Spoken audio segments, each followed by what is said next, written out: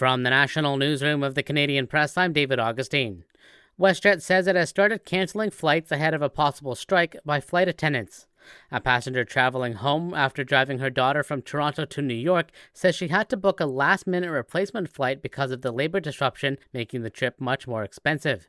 Despite the added cost, Sonia Kennedy says flight attendants should be compensated for all the hours they spend on the job. Even if it's not in the air on the plane, at the time when they're doing it behind the scenes, it still helps us, the customers, to have a good flight and to make everything run smoothly. So pay the people. WestJet has been allowing passengers traveling between July 30th and August 4th to make a one-time change or cancellation with no fees.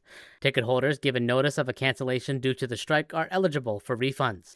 Bank of Canada Governor Tanmaxxing is defending the bank's use of replacement security workers during an ongoing strike. The Canada Industrial Relations Board ruled twice that the bank violated federal labor laws by using outside contractors and union members. Macklem says the bank complied with both rulings and believed temporary security arrangements were allowed to protect people, facilities, and assets.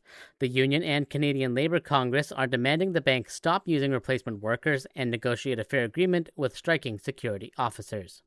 Well, it's Caribbean Carnival Day in Toronto. The parade is considered the main event of the largest Caribbean festival in North America. It's expected to pack city streets with masqueraders and live music. Toronto police have deployed additional officers at this year's Caribbean Carnival, which comes weeks after a deadly shooting at the popular Salsa on St. Clair Festival. The force stepped up its presence in nearby restaurants and bars, and officers used drones to keep an eye on the celebrations from above. Sandra Ezekwesili, The Canadian Press. 3 people have been charged in connection with a methamphetamine lab in Quebec last year. The charges follow a 2-year investigation that led to the 2025 dismantling of the laboratory in Bromont, Quebec.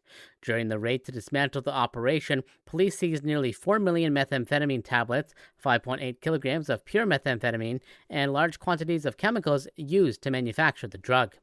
And dermatologists say they're worried about a trend called Tanmaxxing that's grown in population this spring and summer. Many teens and young adults in their 20s purposely go out to tan when the UV index is at its highest and often don't use sunscreen, then post pictures and videos to social media and hashtag it Tanmaxxing. 22-year-old Lana Armani lives in Montreal and posts photos of tanning with friends to TikTok. She says warnings from dermatologists and parents aren't really effective. Every weekend that we see it's a nice day, it's UV's out, we're like, okay, let's make a post about we're Tanmaxxing because we want to show people that we are tanning and we're joining in, and it's also a trend that's been very popular. Armani says people her age know about the risks of premature aging and even skin cancer, but they're choosing not to think about those dangers. This is the Canadian Press.